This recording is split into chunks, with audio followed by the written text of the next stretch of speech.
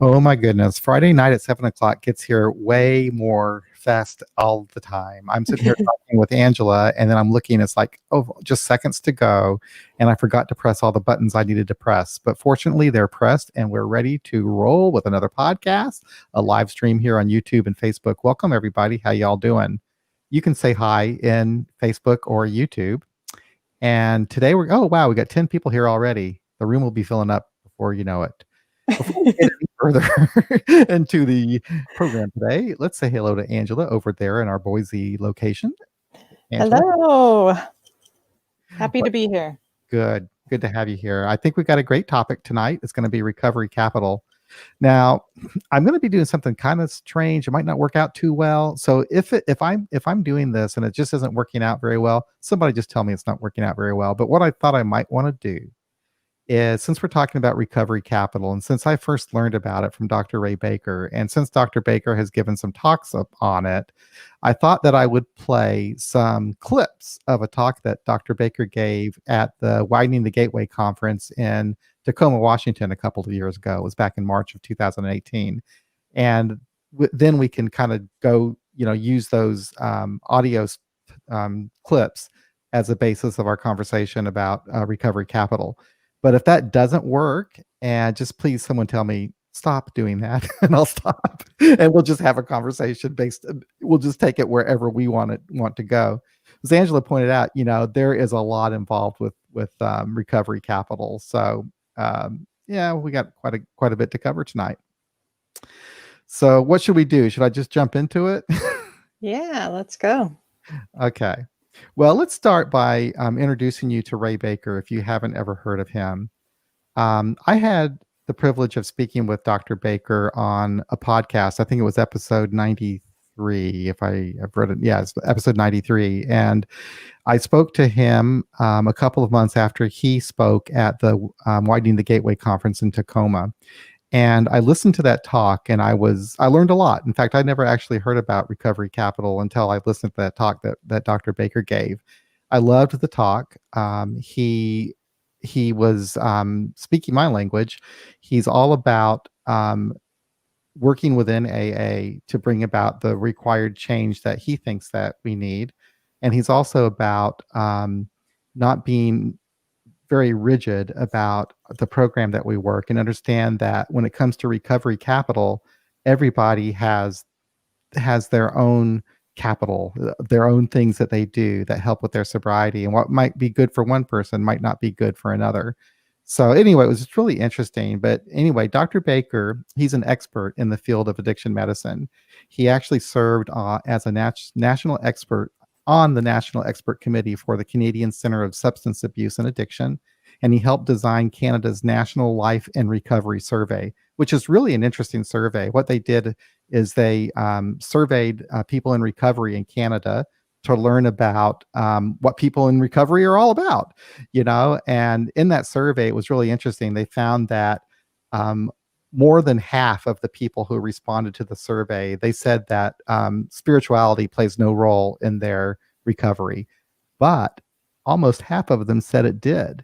And the point that he made with that is that, we have to show some respect for people for whom that is important, understanding that, we don't push our way on them, they don't push their way on us. But anyway, it was real interesting to read about that survey, and maybe I'll put a link to that on this podcast later on so that you can look at that survey yourself. But anyway, he did that. Another thing he did back between 1990 and 1995, he actually brought the first extensive addiction medicine curriculum to the University of British Columbia, which is where I believe he lives, in British Columbia. And because prior to that, there really wasn't much being taught in medical school when it comes to addiction. But in British Columbia, they started that at the university there, and it won awards for the quality of the program. So he's also spoken not only at the Widening the Gateway conference, but he spoke at the 2018 International Conference of Secular AA in Toronto. And there's actually a link, or actually the audio of that talk, on AA Beyond Belief. So he's quite a interesting person, and he has a lot to say. And something that I really liked about his talk in Tacoma is he's not afraid to say things that you might not agree with. He just, he knows his stuff. and he's real confident in what he's saying. So Mhm. anyway, that's Dr. Baker for you. So Yes. I thought what we do, why don't we go ahead and get right into it? So in this talk that he gave in Tacoma, one of the first things he did is he identified what addiction is and he identified what recovery is. So why don't we play those two clips? The first one I'm going to play is what is addiction, and then we'll talk about it. Here we go. What is addiction? I love Bradshaw's definition: pathological relationship, the mood-altering activity, life-damaging consequences. Sick relationship, I do it, it causes harm, but I keep doing it. The American Psychological Association, who are responsible for the DSM, and the World Health Organization, who come up with the International Classification of Diseases, basically say addiction involves loss of control or impaired control over once I start drinking or drugging, I can't be sure how much I'm going to do. I keep doing it despite negative consequences: family, social, vocational, health, psychiatric. I become preoccupied. It becomes more important, so it crowds out things that were once important in my life. And there may or may not be craving. ASAM, the American Society of Addiction Medicine, I sat on their board for 4 years, calls addiction a primary disease. In other words, it's not due to something else. It's not, people aren't alcoholics because they have a psychiatric condition that's self-medicating. It's a primary disease like heart disease. It's chronic, it doesn't go away, it's not acute, you can't cure it. It's focused mainly in the brain, involving reward, motivation, memory, and related circuitry, and it leads to bio, psycho, social, and spiritual manifestations. Interesting that a medical society would include that word. It's reflected in individual pathology. In other words, we're all different. One size doesn't fit all. We're a very heterogeneous group of people who pathologically pursue rewards. So we keep doing it in a sick sort of way. My wife drinks wine. I think she abuses it because he leaves a half a glass behind.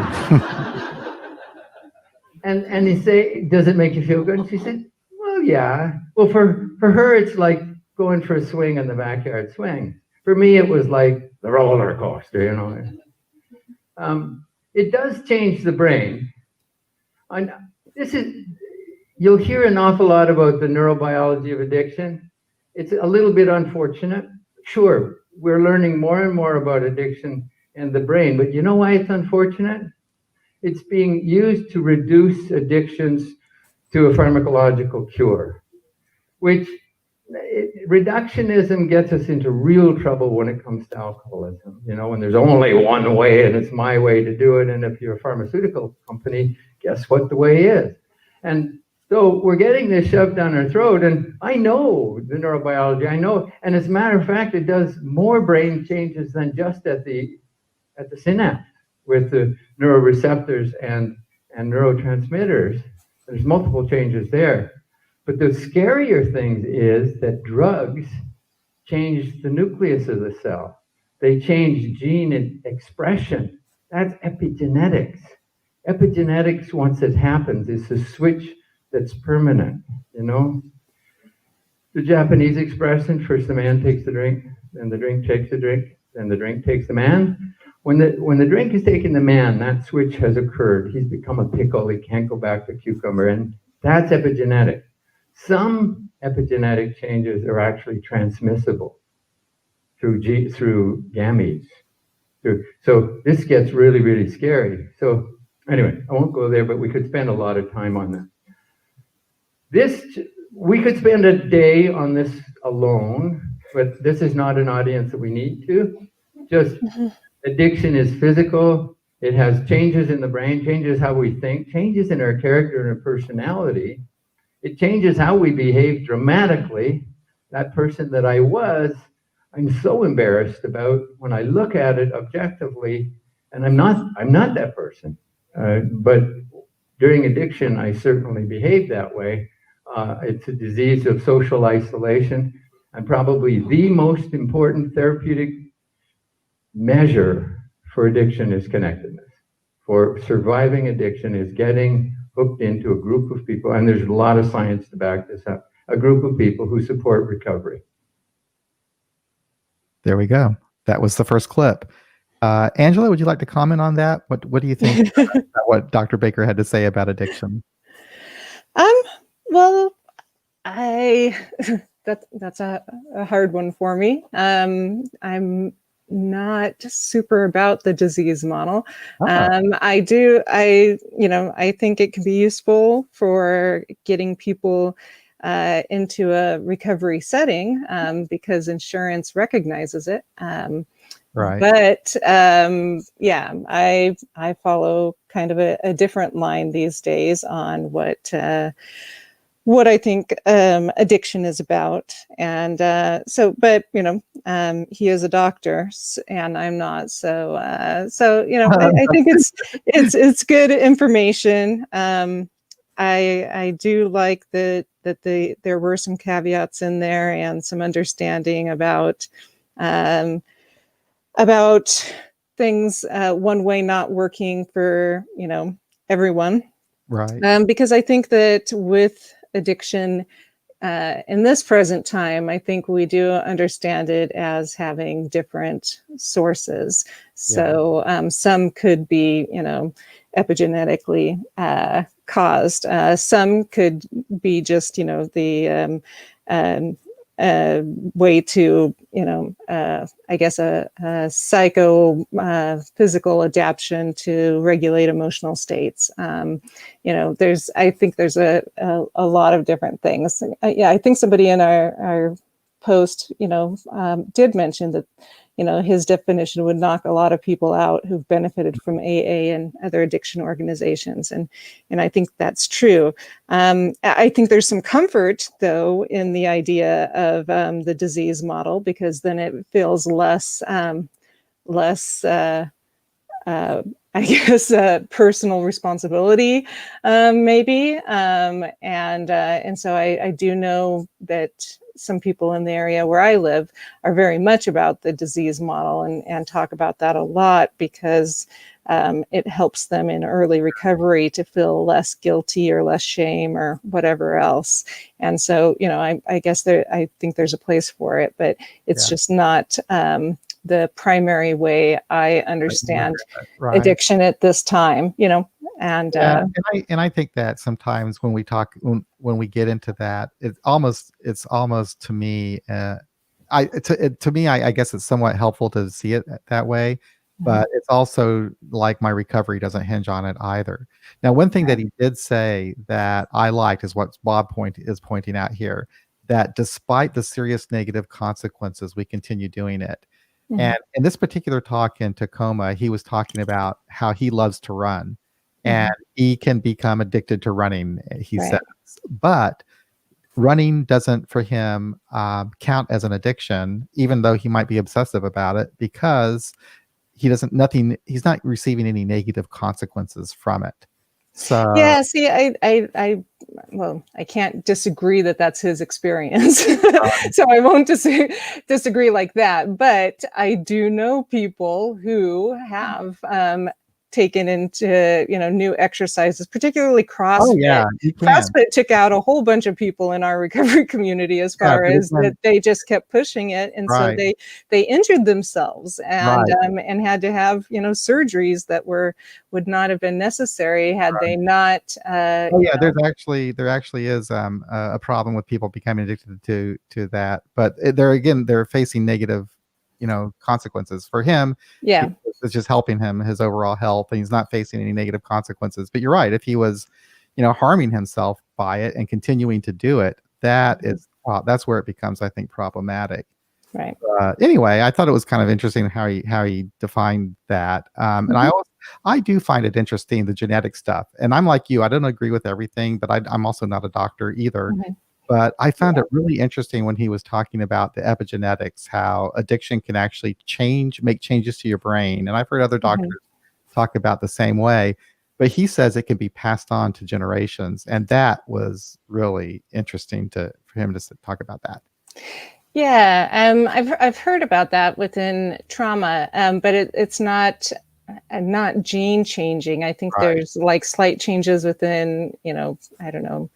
um, uh, I can't explain it because I'm Sure. again not a scientist either, but slight chromosome changes that can happen, due to trauma, and that's not even putting something necessarily into the body or taking it out or things like Right. that. So I do think it's more of a development thing, and my guess would be that what they're finding with addiction is that something along those lines. So I don't know that all the science is in on as to why that's happening, particularly now that they're including developmental trauma as doing the same things that they were Right. finding with these studies on addiction and alcoholism. So I will go ahead and open up the phone so that people can call in like really any time during this podcast episode. I am going to go ahead though. I think I go to the next Mhm. clip, which is where he talks about what is recovery. If we're going to work on this thing called recovery, what is recovery? What is recovery? That more and more in the last decade, groups around the world, but especially in the English-speaking world, have struggled with what is recovery? Well, most organizations, bodies, panels of experts come up with these four things. There's a pursuit of abstinence, and see that asterisk will define abstinence. Pursuit of abstinence, improved global health, medical and psychiatric health. Person becomes more functional, better at work, better at home, better at school, and better citizens. So they give back, they pay taxes, they volunteer. So that's generally the consensus of what is recovery. And for me, what I found the most interesting in that is he mentioned the giving back part. Mhm. That people in recovery seem to get involved in their community and give back. And they did a survey on this in Canada, and they found this to be true. That's what people do, and it's almost like we discovered that in AA. That you help others, and in doing so, you help yourself. And I don't know who knows why people do that, but I found that was kind of an interesting part of the recovery process that he mentioned.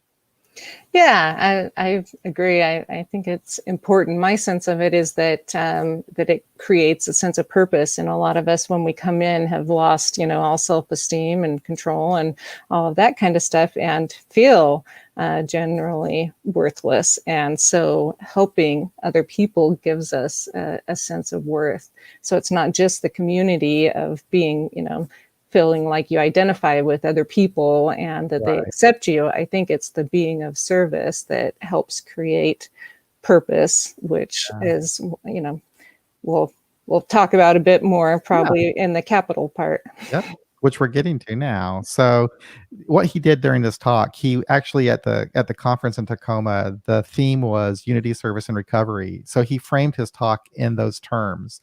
And so when he was talking about recovery capital, he would be talking about the whole process he goes through. So he talked about what is addiction, what is recovery, and now he's going to talk about the importance of recovery resources.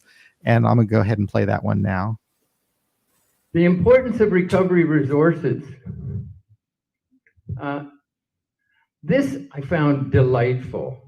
With my addiction medicine colleagues, I could say, well, 92%, AA or 12-step programs, NACA, is the most utilized resource. It's not treatment, doesn't qualify as treatment, but it's the most utilized, and 80% of those who use it consider it very important in the recovery. That's a very robust number, very exciting. Now, those who went to residential treatment, very high percentage of the people who filled out the questionnaire, over half of them had been to residential, and they considered it important too. So these are the things they used, and these are the importance of our First Nations or American Indians. You call them American, what do you call them? Native Americans here. For them, a culturally specific program seems to be very, very important. Okay. And for people who've been in a recovery house, an abstinence-based recovery house, really an important resource. This, we'll just spend a minute on, because for this group, it's really, really important. What was important in getting you into recovery? Well, my quality of life was crap. I was insane, and my marriage was on the rocks. Top three. They remained important, but later on, look at this. Only 15% were prompted to get into recovery because of religious or spiritual reasons. 47% later said it's important for keeping me sober. For this group, there's two take-home messages. Over half people who recover successfully do so without any spiritual help at all. Over half. However, almost half find it important. So it's important to acknowledge that. If we're going to be inclusive and accepting and have unity, we have to acknowledge, like for some, running marathons isn't important, but so before we get a reactive exclusive, we know what it's like to feel excluded in this group. We know what it's like to go to a program where it doesn't, where I don't fit in, I don't identify. So oh, that was it. Okay. So yeah, so the thing about that I learned from him, and I repeat this all the time when I'm in a debate with somebody when they say that AA doesn't work. I say, well, AA isn't treatment, and he says this in every talk I've heard him give, that AA is treatment, because treatment is a relationship between a therapist and a patient. It's a person, that's treatment, and AA is not that. Now there is something called, I guess, 12-step facilitation treatment, where a therapist does, help people get involved in 12-step programs and so forth. But AA itself isn't a treatment. I found that interesting. And then again, he talked about how, different resources for different people, based upon your own worldview, and that we give people room to use the resources that are important to them. So if people are of a spiritual bent and that's important to them, then who are we to say they shouldn't do that? At the same time, if spirituality or that type of pursuit or resource isn't important to a person, that should not be forced upon us either. So that's kind of what I got from that part of his talk. Right. But, me too. Yeah. That's what I got from that. Yeah, not a whole lot to say about that, but one thing that I used early on, not early on, I guess, but I've mentioned before that I had a difficult time the first couple of years of my sobriety, and I was really struggling with depression early on, and wasn't getting help for it. But the first time I did seek help, I learned about a program, and they have these all over the place, that will charge like on a sliding scale. And I wasn't making very much money. So I could go to this place, and it was a great resource because I could get help, and I felt like it was confidential and I could afford it. And it was just perfect for me at that time in my life. And a lot of people don't know that those resources exist. A lot of people think, why did I say that? I feel like, how do I know what people think? But anyway, I used to think, I never knew that these resources existed. I did not know that, and I learned that they did. So it was very helpful to me. Boy, I find myself a lot lately saying, well, people don't do, I think it's because I'm hearing this like in the world. I hear people say, people don't know. And I'm repeating what this kind of stuff. Anyway, sorry about that. Bob says one huge problem with AA fundamentalists is their commitment to a one-size-fits-all model. Yeah. And Dr. Baker talks about rigidity in this speech as well, but that's goes along with that. All right, so now we're going to go to recovery capital. We're finally getting there. Here we go. Recovery capital. Let me see. 1, 2. I think this. Let me see.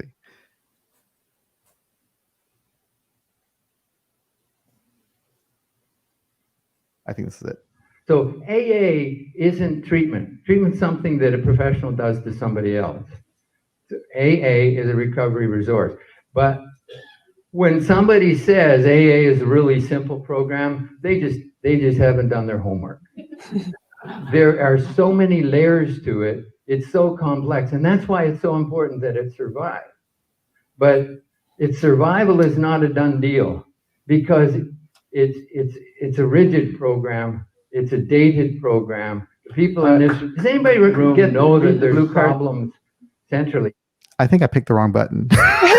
Okay. Okay, I'm sorry about that. Okay, so what is addiction? What is recovery? Important resources and Recovery capital definition. There you go.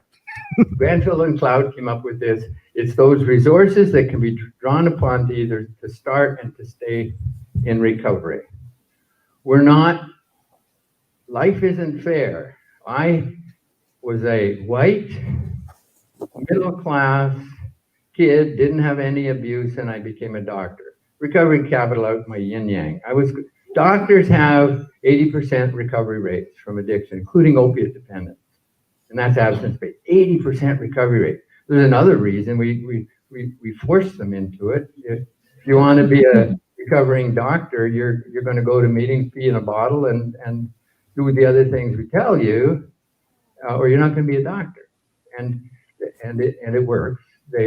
Long after they don't have to keep doing those things, they do, most of them, and they stay in recovery. So it's those resources. So these are some of the recovery capital. I mean, the basic ones are housing, finances, a safe place to live. But beyond that, these are the things.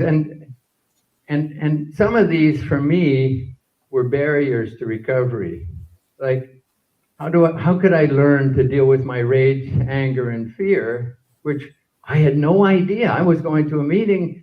I came home from a meeting and I said, you know, Aggie, the meeting topic was anger tonight. And I think I've got some of that. And she went, I terrified her with my anger. And I didn't know that I was always angry. But I was defended against that. I didn't have boundary skills. I lacked a whole lot of coping skills. I was very secretive. I didn't allow myself to be accountable to anybody. And I was terribly isolated. Okay. So recovery capital is a good concept, and it can be measured. There are screening tests. There are ways to measure recovery capital. Why is that important? Well, a patient who comes into me for the first time with low recovery capital is going to need a lot more treatment, a lot more specific types of treatment for a lot longer than a person with high recovery capital and mild addiction. Those are the ones that you hear learn controlled drinking. I know we hate it, this group, to talk about them. They exist. Or that huge group of people with addiction who get well on their own. When I was a evangelical, early recovering doctor who I knew what everybody needed to do. They needed to do exactly what I did, and I was going to hammer them into that hole. And I had a woman, middle-class lady, who was really a lush.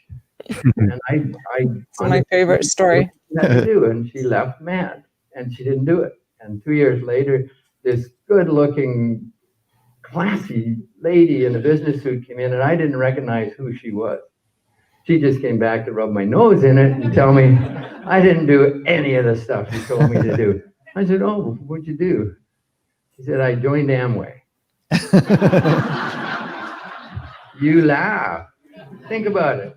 Think about Amway. I don't know if you know much about Amway, but pretty good program. You know, it's got a spiritual component, it's got social support, it's got goals, and it's something to get out. Anyway, and her recovery capital was high. That's, you know, so one size doesn't fit all. Recovery capital is not, it's like your bank account. It goes down, it goes up. When you come into treatment, your recovery capital is at its lowest. And it goes up, you can learn it, you can build it up tremendously. So we can take people and work with them, sponsor them, get them to do certain exercises, breathe in, breathe out. Just because you feel bad doesn't mean you're doing bad. And recovery capital increases. Once we know what the gaps, what the missing pieces for the puzzle are, we can develop them. And it's not that hard to find out what they are. I used to spend half a day with I had the luxury of working in occupational addiction medicine. So every patient I saw, I'd see for half a day. And this was a big part of what we do. And it became obvious at the end of this. As a matter of fact, it's a great exercise. It's like a fearless and thorough inventory, not so much moral, but on skills and deficits and strengths. And it becomes really useful for following people up because they know, and you know if you're working with them, where the weak spots, what the missing pieces are.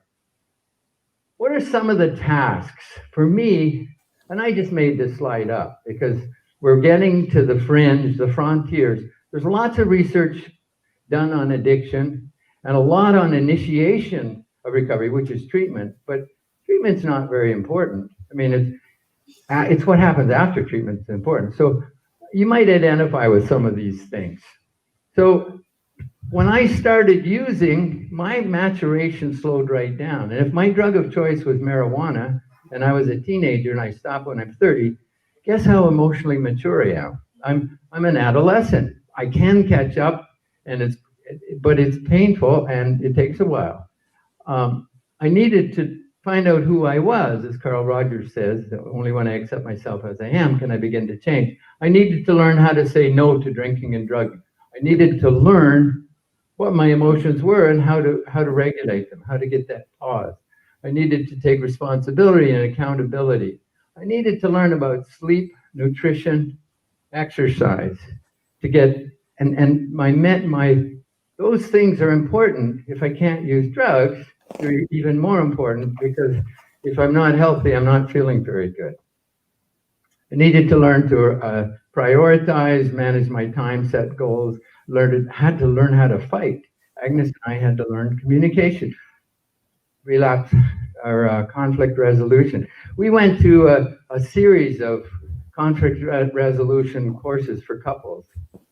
We can fight now. We fight regularly. I'm looking for the course on how to win. Creative expression, very, very important. Laughter, fun, big part of recovery. Learning alternate pleasures. If I can't do drugs to feel good or hang out with my using buddies, how am I going to feel good? Mindfulness, a huge area in meditation, which has become a big part of my more recent recovery, which is still a work in progress.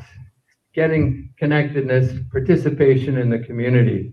So if you were to chart out a person's quality of life on the left and their recovery capital, I don't know what it would look like.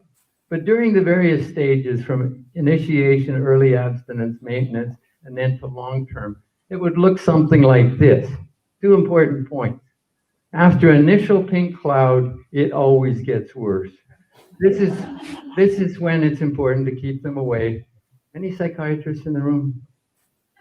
Because it's really, really easy to get labeled with bipolar 2, PTSD, ADHD, whatever, because you're a really unhappy camper when the pink cloud ends. You're facing the wreckage of your past. You don't have any skills. Life sucks. You came out of this wonderful silk sheet treatment center or just been surrounded by people who love you in the program, and you're facing it, and this is where you need to know that this is an important stage in recovery. The other important thing is, who here has been in recovery for more than 25, thank you, more than 25 years?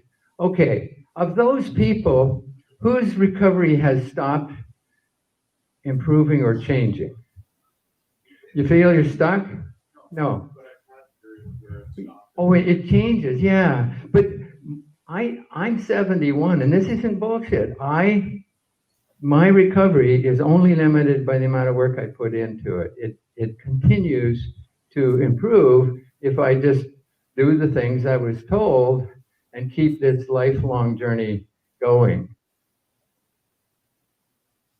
Oh, I think that's it. I should have put something in there on these tapes that end. Something else I recall. It's kind of crazy. I was flustered about how to find the right clip. I actually have them here labeled in big numbers. Anyway, I didn't notice it.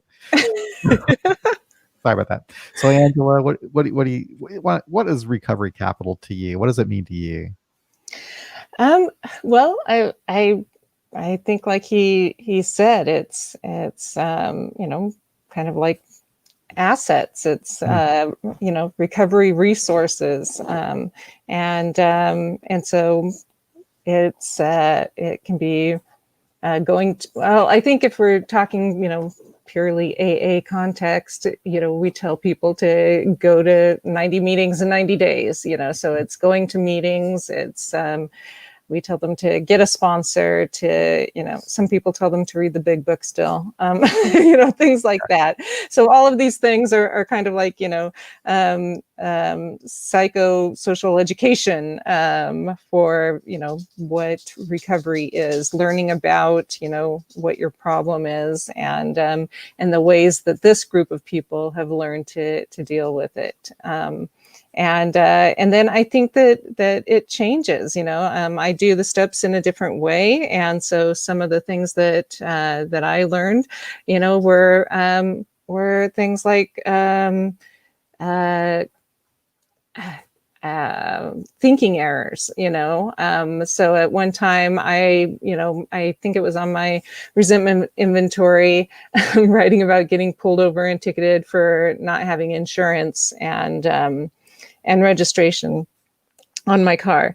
And I, you know, in my mind, you know, I was pissed about that because, you know, I still needed to drive my car because I needed to go to work so that I could at some point pay for registration and insurance, Right. you know. And so the thinking error is that I had to drive my car to do that, you know, and you know, it turns out I don't, that some people walk or ask for rides or, you know, take public transportation, things like that. And so I learned, you know, through the 12-step process that I had thinking errors, and how to look at things differently, how to gain perspective.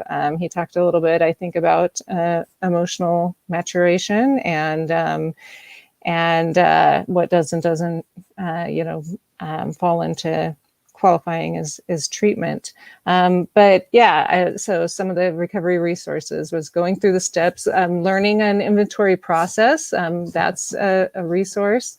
Learning to trust other people. So not just like a sponsor, but, you know, friends and people in groups, you know, finding a home group, you know, learning to be of service. Those are all resources or capital, I guess, that you can put in there, assets, just getting into all of that. And then as my recoveries progressed, you know, sponsoring and continuing to learn, continuing to seek out different ways of understanding, you know, what I have going on with me and how to be a better person, a better version of myself, I guess.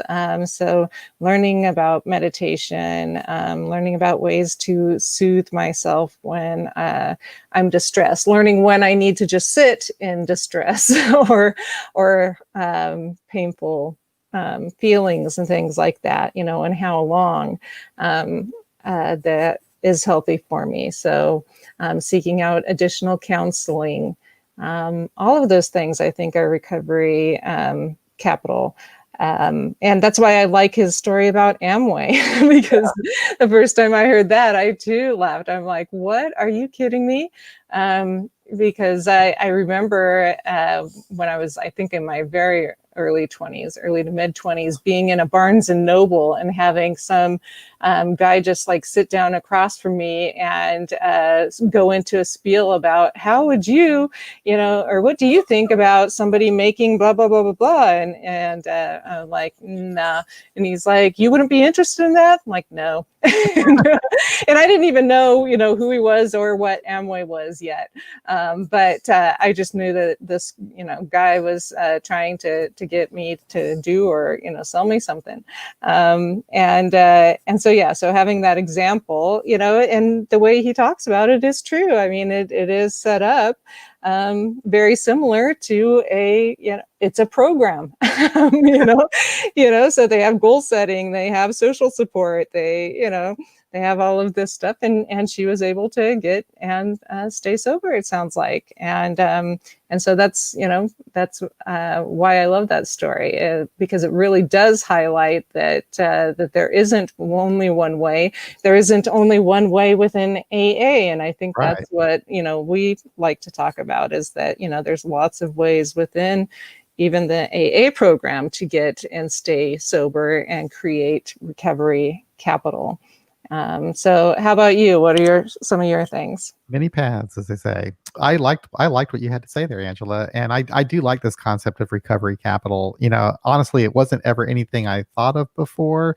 And it seems like most of the time when I was kind of growing up in AA, the message that I got was, don't count on what you did yesterday to keep you sober today, Mm-hmm. And there was never this concept taught to me, or I never learned it from the meetings I went to, that I could actually build up capital, that by going to all these meetings and building up a network of people who support me in my sobriety, finding a therapist that I'm comfortable with, of engaging in all these different things, a hobby or exercise or whatever that helps support my sobriety, never occurred to me that I'm building up capital. Now I understand I could spend that capital too, but I like the idea that, what I have done, over all this time and continue to do is build capital to make it easier for me to stay sober.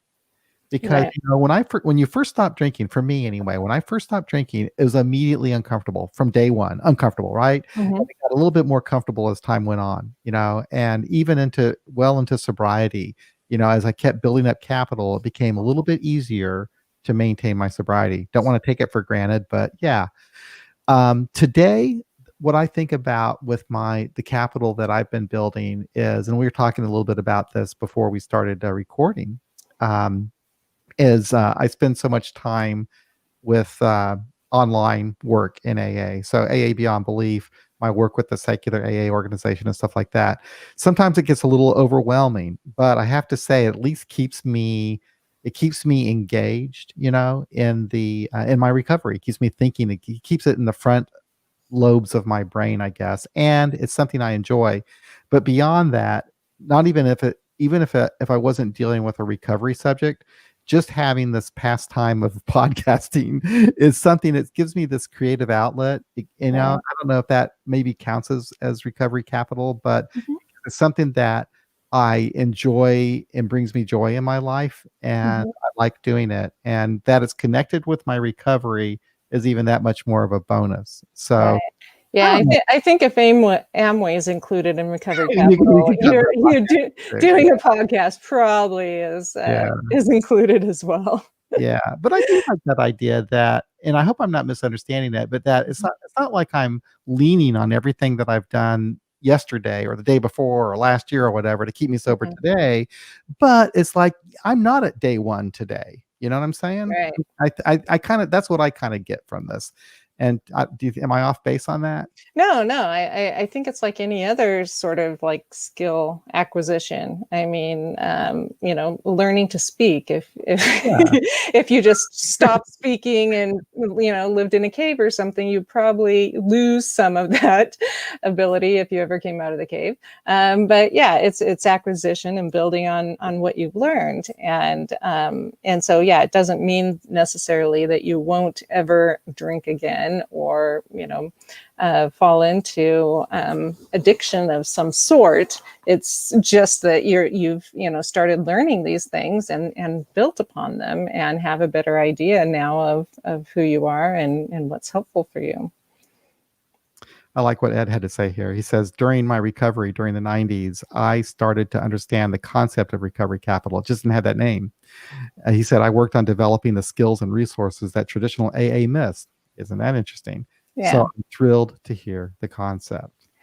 Yeah, and I like that, also Bob mentioning that that exercise and diet, was it, were Yeah, something that was included early on, but I didn't not, know that. yeah, not mentioned in the big book. But yeah, I think all of those things are are more within like the secular AA realm. We talk about those a bit more than they do in a lot of the traditional meetings, because some of the people have learned that, yeah, that it is really helpful if you develop a way to keep your body healthy, and that eating better usually helps you as well, with mental health things. And so doing all of these things together can give you a better chance against falling into a addictive tendency. Yeah. Another source of capital for me is books. And Mhm. I particularly like recovery memoirs. I like those Mhm. for whatever reason. I do enjoy reading those, and I get a lot out of them. I think for some reason when I read a memoir, the person's story stays in my mind, and what they did and stays in my mind. I just learn something from it. I gain something from it. I like that. And Mhm. I read a book, The Unexpected. I think it's called The Unexpected Joy of Being Sober. And Mhm. in that book, she writes about, how reading recovery books was helpful to her. And I think it's kind of nice that it's easy to find these books now. And maybe not Yeah. all of them are so great, but I've found some pretty good ones that I do enjoy. And I'm not as big a reader as, like, for example, my wife. My wife reads like all the time, every day. I don't even know how Mhm. much she reads. It's amazing to me. But I read enough that I learn something every once in a while. Right. So again, you are welcome to call in. Should we talk about some of the other topics that he discussed? Some of the things after Recovery Capital that he talked about is why AA works, and then he talked about some of the problems and pitfalls, like the rigidity and our problem of being exclusive. Should Yeah. I go into some of that stuff? Might be interesting. Okay, so now we're going to talk about AA Works, and this is the one that I was accidentally playing a while ago. So AA isn't treatment. Treatment's something that a professional does to somebody else. So AA is a recovery resource. But when somebody says AA is a really simple program, they just haven't done their homework. There are so many layers to it. It's so complex, and that's why it's so important that it survive. But its survival is not a done deal, because it's a rigid program. It's a dated program. The people in this room know that there's problems centrally, but the people in this room, I believe, are AA people. Yes? So if we're within, that's the only way it can change. It's also the way rigidity, the AA Nazis, are how it can get destroyed too. But it's a big task that we're attempting to do. I know we're partly doing this for ourselves, because I'm much more comfortable at a secular meeting than I am at a conventional redneck meeting. I didn't say that. Sorry. But unity, AA needs us. And we have to be mature, and we have to be forgiving, even though they weren't very tolerant of some of us. I took a slide out on does AA work? And any of you who've ended up in a scientific argument know that there are science-oriented people, including the BC Center on Substance Use, that say there's no good evidence showing AA works. Cochrane studies, the Cochrane reviews in 2006 showed there's no good evidence that AA works. What does that statement say? There's no good evidence that AA works. There's no good evidence. Using conventional scientific methodology, there's no good evidence that AA works. There's no evidence that AA doesn't work. As a matter of fact, there's growing evidence. The last slide, which I won't get time to show, Leanne Kaskudis used the same arguments, the same analysis process. You see, there was no good evidence that smoking caused health hazards. And big tobacco brought in some big experts to say, no, there's no proof. There's no good evidence that smoking causes health. And because it doesn't subject itself to good research, because you can't do a randomized controlled double-blind prospective study on smokers. Well, AA is just the same. You can't do randomized controlled double-blind study. So she used the same criteria that brought down big tobacco. And my last slide, which I won't get to, it looks at the 6 criteria and just knocks it out of the ballpark. So we know AA works, but now there's pretty good. So when anybody says there isn't good evidence, they're wrong, because the work's been done. There's really good evidence that AA works. And we could analyze how it works from many different ways. This is a social theories way, social control theories, social learning theories, stress and coping, behavioral economics, whole bunch of dynamics that work through 12-step programs. But if you look at cognitive behavioral therapy, which is one of the big psychological approaches, CBT, the idea with CBT is you feel bad because you've got distorted thoughts. Your thinking is off. People who got depression see the world as a hostile, negative place. They jump to conclusions. They have emotional reasoning. They have cognitive distortions. Have you ever looked at the slogans? Have you ever looked at how the 12-step programs and the lingo works? It's just so woven with CBT. Cognitive corrections, jumping to conclusions. That was the most exercise I ever got, was disqualifying the positive. All I could see was the negative. All of those things that kept me feeling bad because of the cognitive distortions. So there's an awful lot. So the thing about AA and 12-step programs, before we discard it, is they have a very deep and wide menu. And that's why we say, take what you like and leave the rest. And for many people, the spiritual component is not essential for them. And it really bothers us when somebody says, the only way to get clean and sober is to get this spiritual thing. And we know they're wrong, because we're living proof. Okay, I think he finished there. Oh boy, that was interesting. I never get into this debate about does AA work and is there evidence for it and everything. I just know it works for me, and it works for the people, the group I go to, and works for a whole lot of other people I know. And it's okay for me if it doesn't work for other people.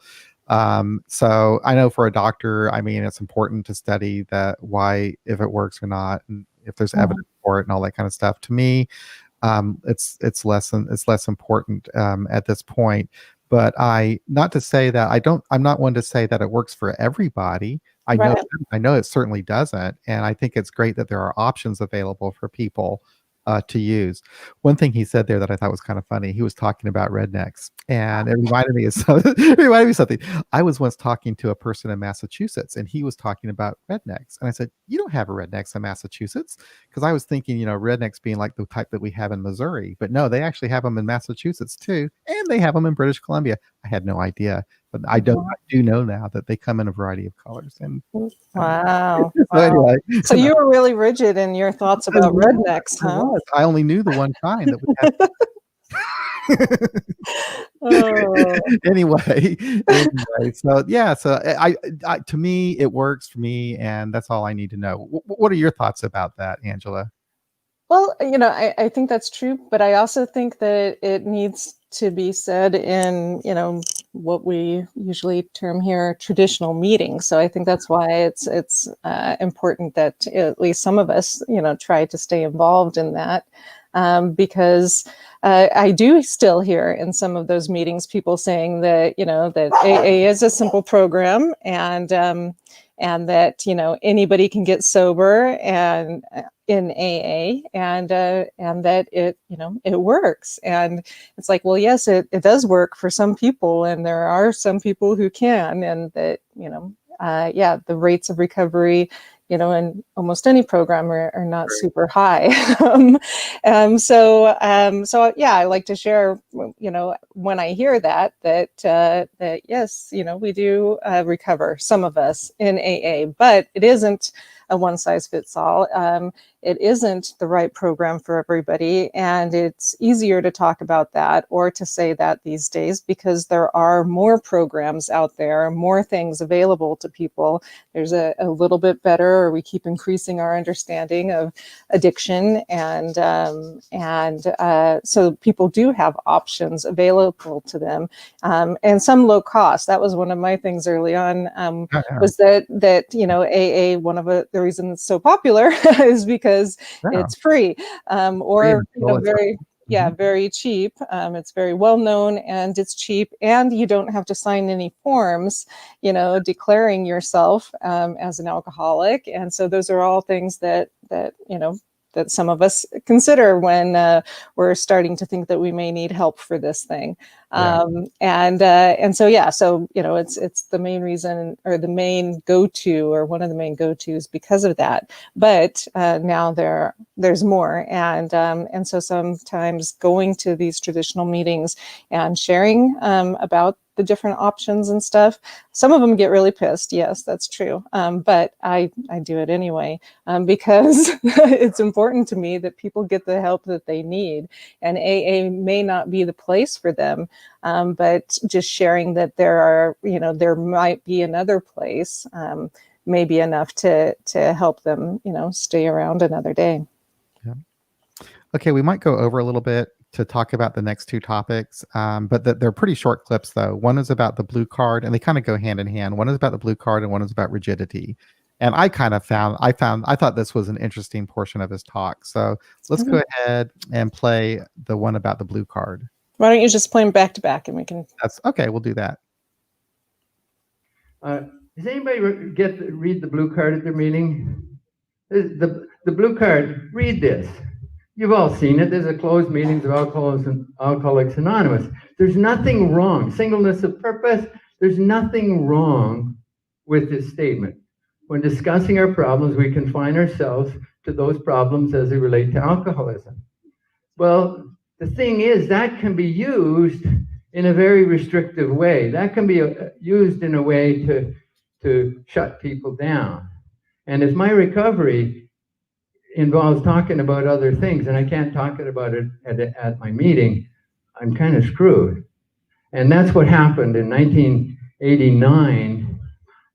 My sponsor, who's since died, and three of his puppies were at this meeting, and they were shoving this down our throat, and he took us like little ducklings behind Mummy, and we went downstairs and opened a meeting called As You Are. And As You Are basically is a free thinkers meeting, and it's basically there are no rules, and you can do whatever you want, talk about whatever you want here. It has to be respectful, and it has to be about something about recovery. And it turns out we're mostly agnostics. Wouldn't you say that, Ken? Mostly agnostics at our meeting. But there's some people who are highly religious that go to that meeting, and we got a few atheists that go to that meeting. Or what's the word you use? Not atheist. Apatheist. You know what an apatheist is? Don't know, don't care. Yeah. Okay. So there you go. Now we're going to do the one about rigidity.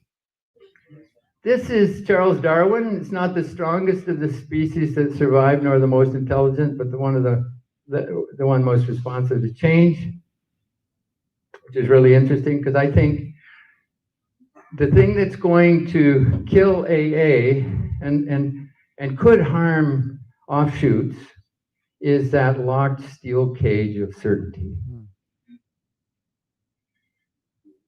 So external forces are not going to destroy AA probably, but AA's rigidity could, and AA needs us. AA needs us to change it from within, and that's my challenge for you today. So this is for me, and this is for everybody in the room, and service is part of what we do to stay sober, but also for our group, for our other people. But if we don't have unity, we don't have anything, because there won't be a group to turn to. This is a phenomenon that could actually implode if it's not gently doctored, and it needs to be done from within. I like that a lot, and I agree with that. That's kind of my view too, and I probably got it from him and other people like him, seriously. But I do have within me a deep respect and love for AA, and I can't help it only because I've been around it for so long, and I do want it to do well, and I am concerned about this problem of rigidity. And what he talked about there is the same thing that Bill Wilson once said about the dangers of rigidity. And so yeah, and so I think that our secular groups are doing a service of hopefully kind of nudging people gently out of that rigid mindset, I'm thinking. But yeah. Well, Bill W., to be fair, did say that after the book was written, and really the book is the most important thing. So that's why not many people know about what he said about rigidity. So right. right. At least that's what I notice in and around the meetings in my area as well. People are generally not super hostile to us. That yeah, a lot of them don't know anything about anything else in AA. They don't know AA's history. They don't, some of them listen to speaker things, circuit speakers and stuff, but still it's amazing to me, the lack of knowledge, and it's amazing to me because I had that lack of knowledge for a while as well. And so I'm like, wait, he said what? What is this about him getting together with Buddhists, Bill W., and Buddhists, and then the whole LSD thing? It's like, wow. So anyway, but yeah, I had never heard of the blue card when he had that down. I'm like, I didn't know that it was a thing. I mean, I've heard that at almost all the meetings I've attended, other than those that are secular. But I just thought it was part of like a general, template that people said, and so our meetings never said that. But I've heard it in other meetings, and I was thinking as he was talking about that was one of the I don't know if I should say good things, but that was one of the things with having to go online so quickly that a lot of meetings in our local area lost their script. Their template or boilerplate or whatever you want to call it. Yeah, right. Because the majority of them that were, started before the 90s, had never actually saved their script, and so yeah, so it wasn't online, and so one meeting in particular that I help with, that's a traditional women's newcomer meeting. They lost theirs, and so I kind of helped them piece back together some of the stuff that they liked, but I excluded stuff like that, and they don't even notice. It's not something that they miss. And so yeah, so I thought that was kind of funny. But yeah, the dangers in rigidity. I think that we all feel that. But it's funny because, within secular AA, we can get rigid as well. It's like, no, this is what it means. Or, oh my gosh, you have people, absolutely. That's not a secular meeting because they read the 12 traditions and they use the word God in the 12 traditions, or, whatever. It gets all sorts of You're crazy. Right. You are absolutely right. I think anytime you get a group of people together, you're going to have that. It's going to happen. Even you're right, though. Even within our little segment, it's something to watch out for. Right. Sure. Yeah. I think and I liked what he said about that change it's that the survival of the fittest, not necessarily the survival of the fittest, but it's the survival of those who adapt to change. I think. Yeah. Yeah, I was just listening to something about how humans really probably are not the smartest organism on the planet, and I'm like, yeah, you should go to an AA meeting. That'll help verify that. Yeah. But yeah, not necessarily, but it's adapting to change, and yeah, I agree within AA, and that's been part of my personal mission for a long time, is to be the change I want to see in AA. Yeah. And and yeah, and it's works to some extent in my little area of the world, and I see it working in other areas. And when there's change, there's often friction, and so some people are going to be upset, and we'll see what happens.